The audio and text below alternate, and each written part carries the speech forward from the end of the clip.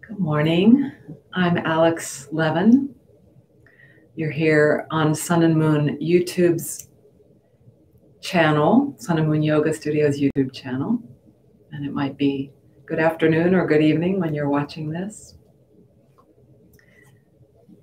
We'll have a short meditation, and my themes this summer come from some of the writings of ancient sages and guiding us on our path of growth and evolution.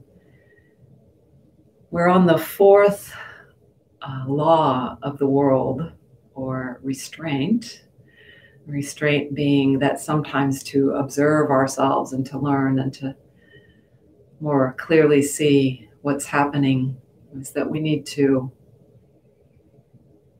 settle ourselves, to hold back from a usual pattern, to get the bigger perspective. So today's is often mentioned as the law of non-attachment or non-greed or non-coveting. So even just the desire and obsession or thinking or taking our attention in a direction of something we need or want, often maybe jealousy of what someone else has, or a comparison, or perhaps to fill a lack within us. So when we observe that, when we get still enough to observe that, we come back to noticing what's here now. And so the basic sitting together on our own at any time, all it requires is a space where we can be undisturbed, getting comfortable in our seat. You can certainly sit in a chair. I like to sit on the floor, but some days I sit in a chair, or even just sort of into an armchair, lie back and into an armchair. You could be in a restorative pose or lying on the ground. So getting still in some posture, observing our breath, being quiet. And we'll do that here together today. So these laws of the world that the yogis teach us about, I mentioned last week, unlike other precepts, some precepts from certain traditions or vows, it's not so much that they're phrased as you must do this, but rather, look, this is how the universe works, and you can either be aligned with it or not. If you're aligned with it, life is a lot smoother. Not to say there won't be bumps or challenges, and some of the challenges are in making our way back to that alignment, how to get back there to remove the blocks and diversions that we've taken in our life. So last week I mentioned, and I thought I had put it in the notes, but I don't think it showed up on the notes, an essay by my teacher, Russell Delman, hot off the press, written earlier this month, entitled Remembering Love, the Hard Work of Correcting Anti-Love Forces. I read from it a little bit last week. Highly recommend reading it. It's a short 5 pages. And sometimes the path of love, the path of kindness, the path of patience is seen as too soft or too ineffective because it seems more passive. But as I've heard in so many words from John Lewis, who just passed, and listening to interviews with him yesterday and reading, that he was on that path of kindness, of how can we be more kind to each other. So let's investigate this together in our silent sit. So any of these thoughts can be in the background, but the primary practice is just to be still, to feel ourselves more and more as that capacity to hold everything, to welcome everything, and know that our essential self is unchanged in that level of being. So let me just see who's. Hello, Dina, and hello, any of you who are here with us today. So as I've talked, I'm hoping that you set your seat up, and here we go into about 12 minutes of quiet together.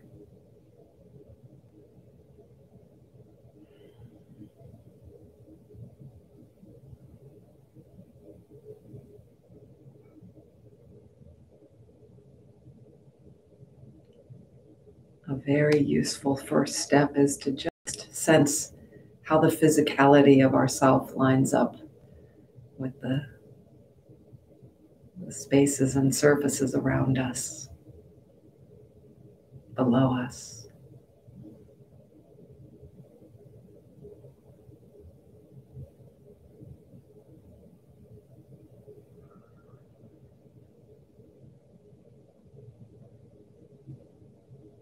The more we return to our meditation seat, the quicker we know our body and we know our seat, and the more quickly we can just enter into stillness.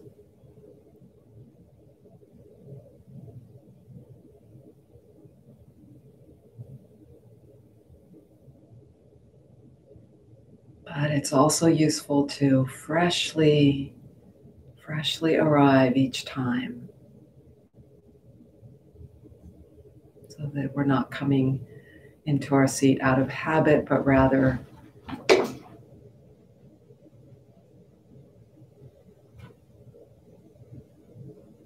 with sensitivity to what is actually happening here now.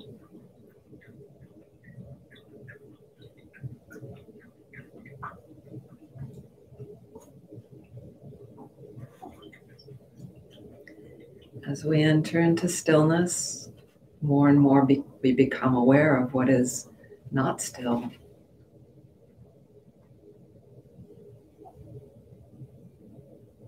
The sound of little Brew getting some water, for example.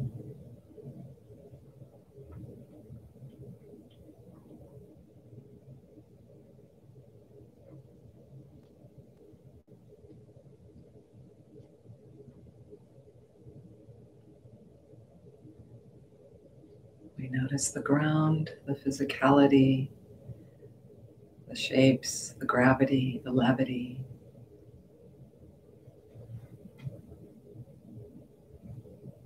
We notice sound, which is code word for all that's moving, changing.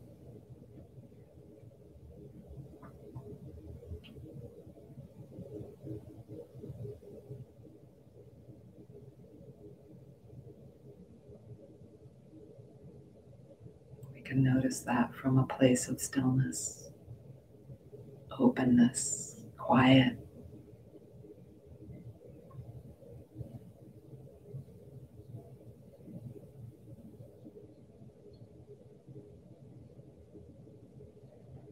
And we may notice some of the movement, a gurgling in the belly, is a settling, a releasing, in small ways and larger ways.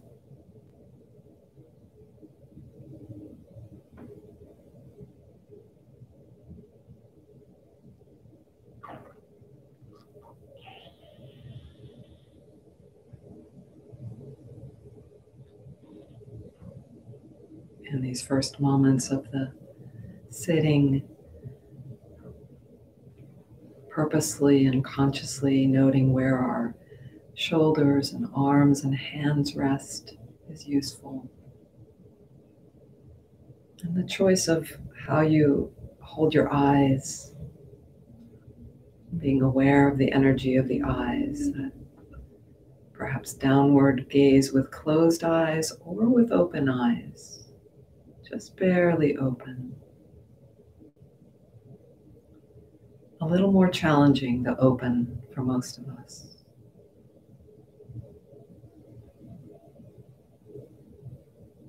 A little bit of an indicator that we're not separate from the world around.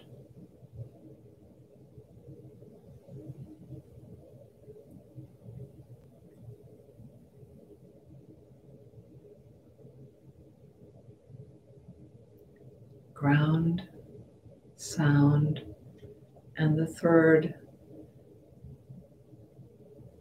pointer of how I like to, with my mantra of getting into the quiet, is breath.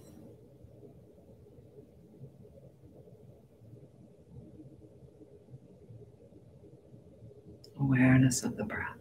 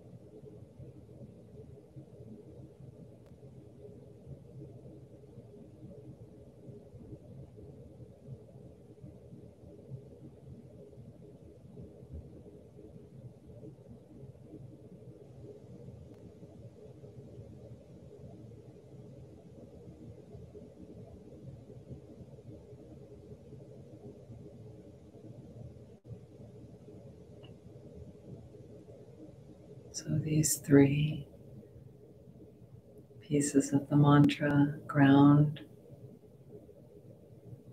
sound, and all that's in and around, moving, changing, and breath.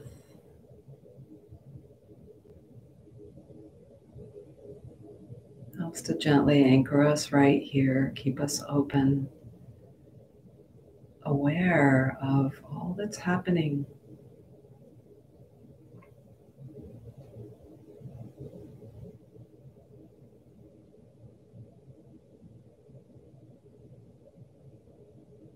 So that we might get to see and discern more closely what that urge to scratch your nose, or that irritation at a thought, or that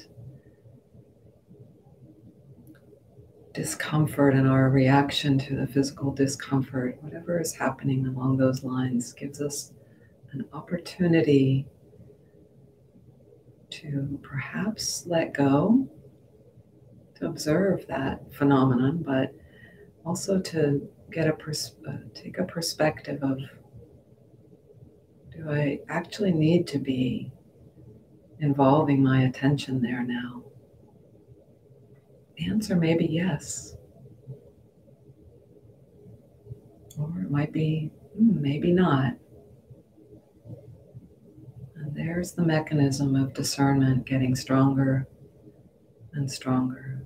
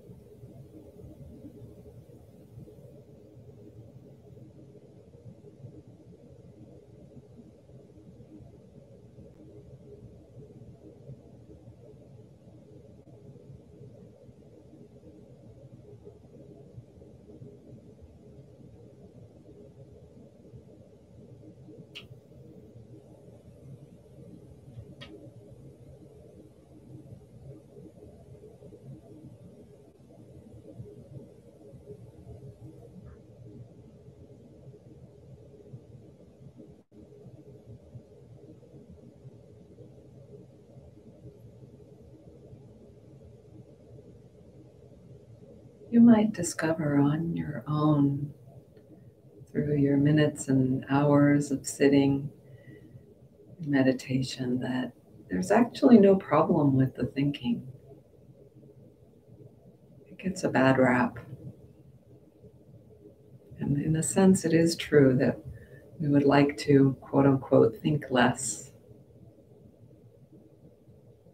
But it's a fabulous tool. We need it. And perhaps you might discover that it's more about how we relate to our thinking.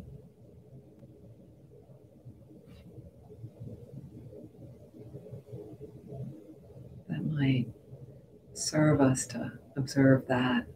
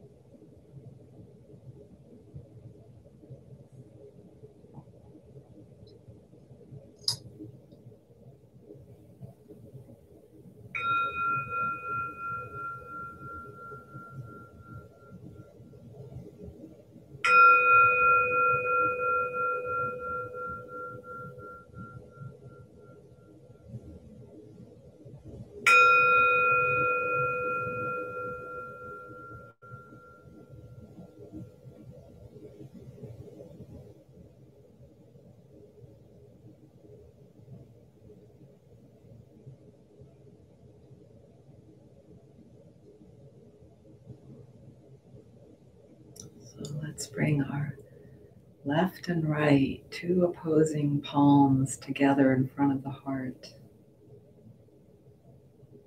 In a sense, this time together, today's theme, we're discerning where we might be moving towards something that we think we need outside of ourselves, toward an attachment, toward coveting something. And in this meditation practice, we develop this superpower that we sometimes see in a fantasy or sci-fi literature or film, where we slow down time. We get to slow down time and see things in slow motion, to see where might, and is this reaction an anti-love force or is it a loving force? Is it kind? Am I seeing the person in front of me? Am I seeing the needs in myself and the other? So thanks for joining me in this, and enjoy. Namaste.